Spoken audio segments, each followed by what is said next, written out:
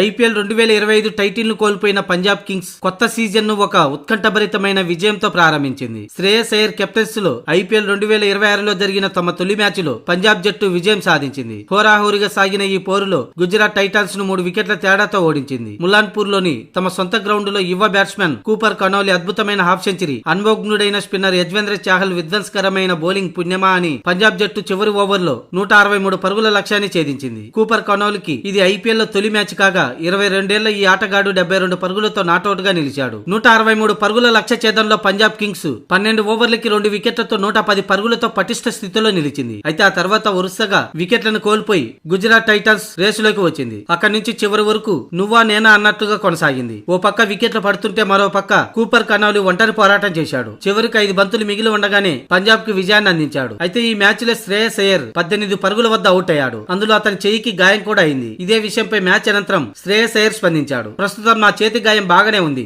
ఈ గాయానికి దిష్టి తగలకూడదని కోరుకుంటున్నా అంటూ శ్రేయస్ అయ్యర్ అన్నాడు. ఇక కూపర్ కనౌలి అద్భుతంగా బ్యాటింగ్ చేశాడు. ముఖ్యంగా రషీద్ బౌలింగ్ లో అతడు ఆడిన షాట్లు అమోఘం. అయితే డ్రెస్సింగ్ రూమ్ లో నా చేతి గాయానికి ఐస్ పెట్టే లోపు మేము చాలా వికెట్లను కోల్పోయాం. ఇలాంటి పరిస్థితుల్లో ప్రశాంతంగా కూపర్ బ్యాటింగ్ కొనసాగించడం అద్భుతం. అలాగే శుభమన్ గిల్ నా కోసం ఓ వ్యూహాన్ని రచించాడు. నా బ్యాటింగ్ సమయంలో షార్ట్ లెగ్ ఫీల్డర్ ను చూసి ఆశ్చర్యపోయాను. ఇంతకు ముందు ఎప్పుడు ఇలా షార్ట్ లెగ్ ఫీల్డర్ ను పెట్టడం చూడలేదు. ఈ విషయాన్ని నేను టీమిండియాలో ఉన్నప్పుడే శుభమన్ గిల్ కి చెప్పాను. కొన్ని సందర్భాల్లో షార్ట్ లెగ్ లో ఫీల్డర్ ని పెట్టడం మంచిదని. అయితే ఇప్పుడు అదే వ్యూహాన్ని నాపైనే ప్రయోగించాడు శుభమన్ గిల్. అవును, గిల్ ఇలా అటాకింగ్ ఫీల్డింగ్ సెట్ చేయడం బాగుంది అని శ్రేయస్ అయ్యర్ చెప్పుకొచ్చాడు.